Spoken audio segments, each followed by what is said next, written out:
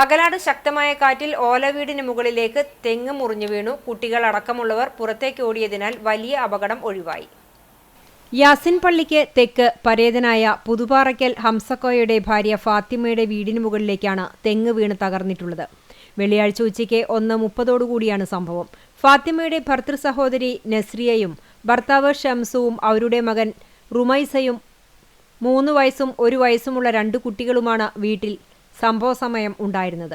വീടിന്റെ പുറകുവശത്ത് ചുമരിനോട് ചേർന്ന് നിന്നിരുന്ന വലിയ തെങ്ങാണ് കടഭാഗത്തോട് ചേർന്ന് മുറിഞ്ഞു വീണത്. താബൂക്ക് ഉപയോഗിച്ച് നിർമ്മിച്ച ചുമരും വീടിന്റെ മേൽക്കൂരയും തകർന്നിട്ടുണ്ട്. വലിയ ശബ്ദം കേട്ടതോടെ വീടിനകത്ത് കളിക്കുകയായിരുന്ന കുട്ടികളെ എടുത്ത് പുറത്തേക്ക് ഓടിയതിനാൽ ആളപായം ഒഴിവായി.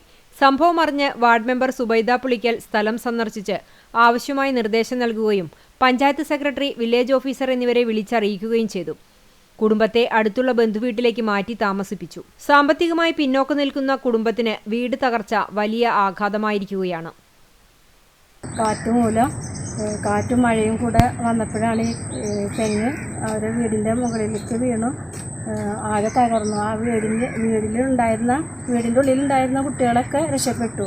അവർ മഴ വരുന്നത് കണ്ടപ്പോഴും എന്തോ ശക്തിയായ ഭൂകമ്പം പോലെയാണ് കുട്ടികൾക്ക് തോന്നിയത്. കുട്ടികൾ അത്രയും പെട്ടെന്ന് വീടിൻ്റെ ഉള്ളിൽ നിന്ന് ഓടി രക്ഷപ്പെട്ടു. ഇത് കണ്ട ഉടനെ തന്നെ എന്നെ വിളിച്ചറിയിച്ചപ്പോൾ ഞാൻ ഇങ്ങോട്ട് വന്നു. ഇവരോട് കാര്യങ്ങളൊക്കെ സംസാരിച്ചിട്ട് പഞ്ചായത്ത് സെക്രട്ടറിക്കും വില്ലേജ് ഓഫീസറെ അറിയിച്ചിട്ടുണ്ട്.